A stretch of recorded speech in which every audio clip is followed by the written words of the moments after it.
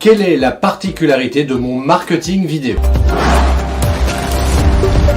Aujourd'hui, j'ai constaté que, évidemment, la majeure partie du temps, la question qui revient en premier, c'est « Christophe, comment je fais des vidéos ?» Et moi je réponds très simplement, ou je pourrais répondre très simplement, écoute, va regarder déjà les vidéos que je publie sur ma chaîne YouTube. Si c'est une question purement technique, tu vas trouver déjà beaucoup d'éléments de réponse. Et après, évidemment, si tu veux aller plus loin, on peut aussi organiser éventuellement des sessions de formation pour t'aider justement à travailler la technique vidéo, savoir comment on fait du tournage, comment on fait du montage. Je te rappelle d'ailleurs à cet effet que le meilleur logiciel de montage, à mon avis, pour des vidéastes débutants, c'est Filmora aujourd'hui. Voilà, ça coûte à peu près 80 €, quelque chose comme ça. C'est pas très élevé par rapport à toutes les possibilités qu'offre ce logiciel de montage. Donc je t'invite dans le lien qui est en description à cliquer pour télécharger dès maintenant ce logiciel. Tu as un essai gratuit pendant plusieurs jours, donc profites-en, c'est tout de suite maintenant. Et puis voilà, une fois que j'ai parlé de technique vidéo, ok, c'est super, je pourrais m'arrêter là et dire stop, maintenant vous vous débrouillez. Mais quelle est ma spécificité, en quoi c'est intéressant de faire appel à moi pour avoir ce genre d'informations, alors que quelque part tu pourrais peut-être la trouver aussi facilement en allant sur Google.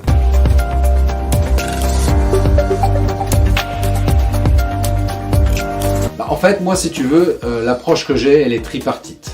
Elle est vraiment tripartite, c'est mon marketing vidéo, pour faire simple. Et elle est tripartite parce qu'évidemment, moi, je vais parler, bien entendu, de technique vidéo, parce que c'est un sujet incontournable.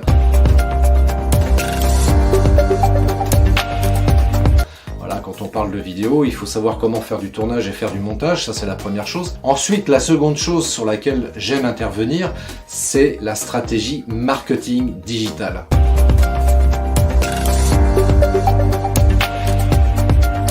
Parce que si tu ne fais pas, si tu ne prends pas le temps d'intégrer tes productions vidéo dans une stratégie marketing spécifique, tu pourras faire la plus belle vidéo du monde.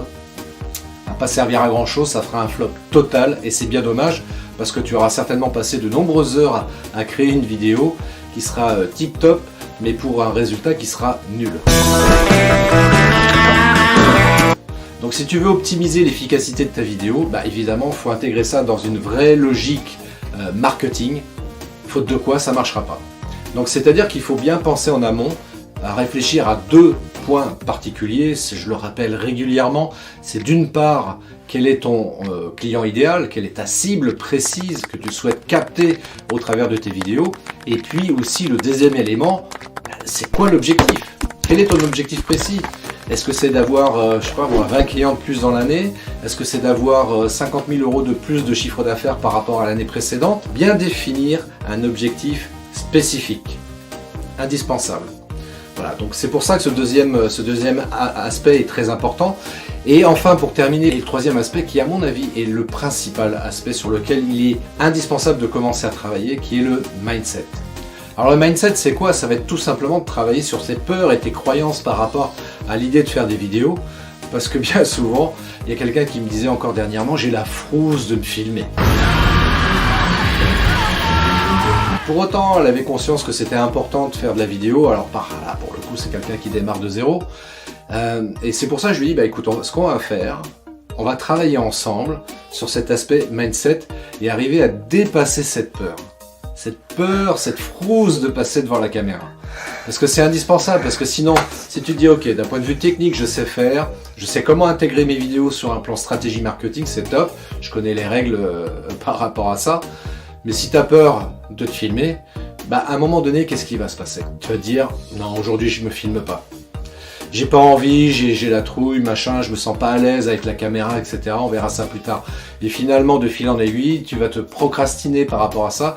Et puis, si tu avais commencé à faire des vidéos, tu vas vite arrêter. Surtout que, évidemment, on est dans de la stratégie de contenu pure et simple. On n'est pas là dans du contenu sponsorisé, avec de la pub payante. Et de la stratégie de contenu naturel, eh bien, les retours n'arrivent pas tout de suite. Il faut en être très lucide. Les retours n'arrivent pas immédiatement. Ce qui veut dire qu'il va falloir être persévérant et produire régulièrement des vidéos. Et forcément, quand tu as des résultats nuls pendant les premières semaines où tu commences à mettre en place des vidéos, c'est pas évident de se motiver, j'avoue. J'avoue que c'est pas évident de se motiver. Moi, ça m'est arrivé. Ça m'est arrivé des fois de me dire, ouais, tiens, aujourd'hui, je vais pas faire de vidéo, je le sens pas, j'en ai pas envie. Non pas que j'ai peur de me filmer, hein, c'est pas ça, mais c'est juste quand je regarde parfois le nombre de vues de certaines de mes vidéos et le peu de commentaires ou de likes qu'il peut y avoir aussi par rapport à ça, je me dis, ça me motive pas, je verrai ça un autre jour.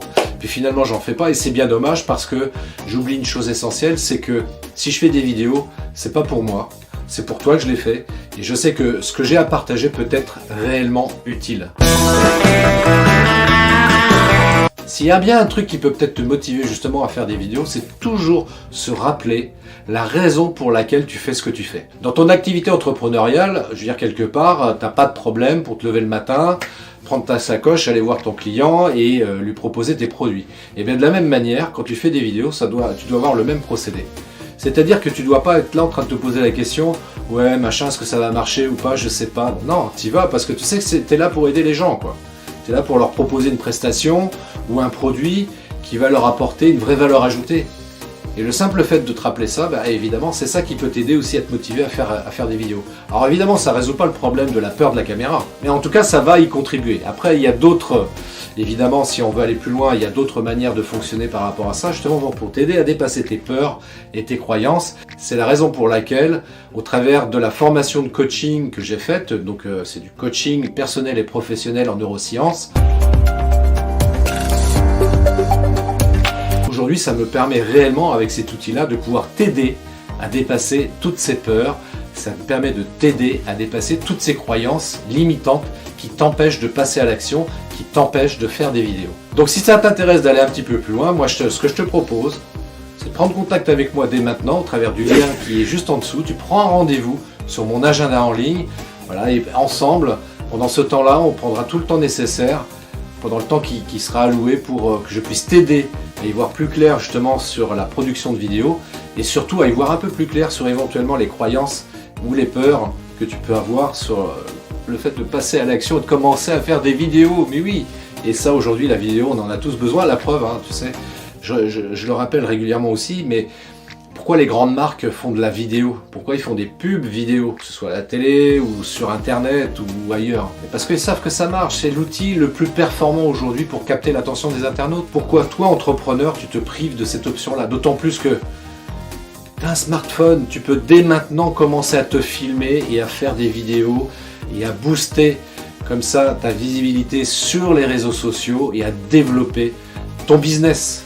C'est réellement ce que je te souhaite le mieux. Donc fais-le si tu veux pérenniser ton activité et surtout la développer.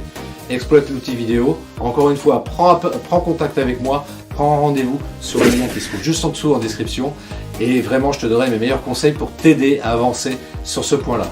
Allez, je te dis à plus. Ciao. Merci d'avoir écouté cet épisode de podcast des Néo-Vidéo Marketeurs. Si tu as une question ou un commentaire, contacte-moi directement sur christophetrain.fr, je me ferai un plaisir de te répondre rapidement. Et si tu m'écoutes via Apple Podcast, eh bien n'hésite pas également à me laisser un avis 5 étoiles et un commentaire, ça me fera plaisir. Je te souhaite une très très belle journée et je te donne rendez-vous pour un nouvel épisode très très bientôt. Ciao!